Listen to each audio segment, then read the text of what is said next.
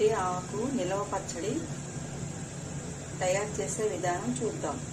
చాలా టేస్టీగా ఉంటుందండి. పొన్నగంటి ఆకు నిలవ పచ్చడి తయారు చేసే విధానం చూద్దాం. ఇలా 3 కట్టలు పొన్నగంటి ఆకు తీసుకున్నాను. ఈ పొన్నగంటి ఆకు అనేది చాలా లేతగా ఉంది కనుకనే ఇది కాడలతో ఇలాగా కట్ చేసుకోవాలి.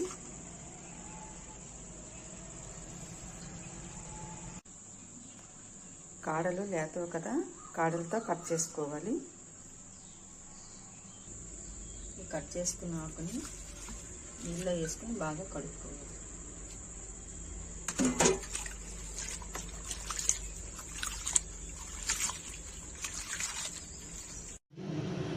కడిగి పెట్టుకున్న పొన్నగంటి ఆకు, ఎండుమిరపకాయలు తగినంత, 3 స్పూన్ల ధనియాలు. ఇప్పుడు ఎండుమిరపకాయలు వేయించుకోవాలి. ధనియాలు కూడా వేసుకోవాలి. బాగా వేయించుకోవాలి.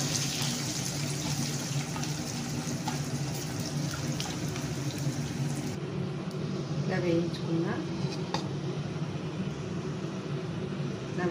మిరపకాయలు ఇప్పుడు ఇదే ఆయిల్లో పొన్నగంటి ఆకుని వేసుకోవాలి. ఇలా పొన్నగంటి ఆకులు వేసుకున్నాం కదా, బాగా కలుపుకోవాలి. ఇలా పొన్నగంటి ఆకులు వేసుకున్నాం కదా, బాగా కలుపుకోవాలి.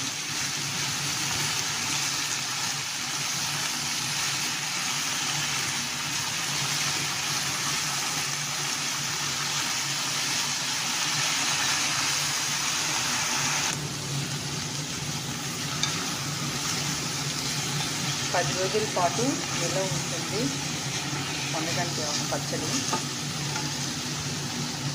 ఇప్పుడు వెల్లుల్లిపాయలు వేసుకోవాలి. చింతపండు సరిపోయినంత.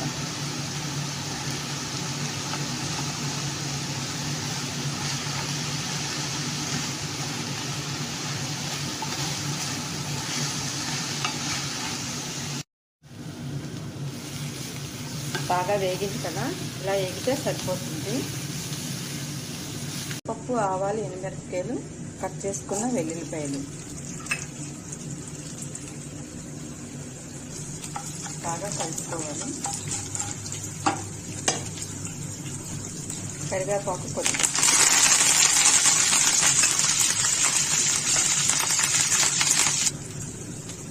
బాగా వేగింది కదా,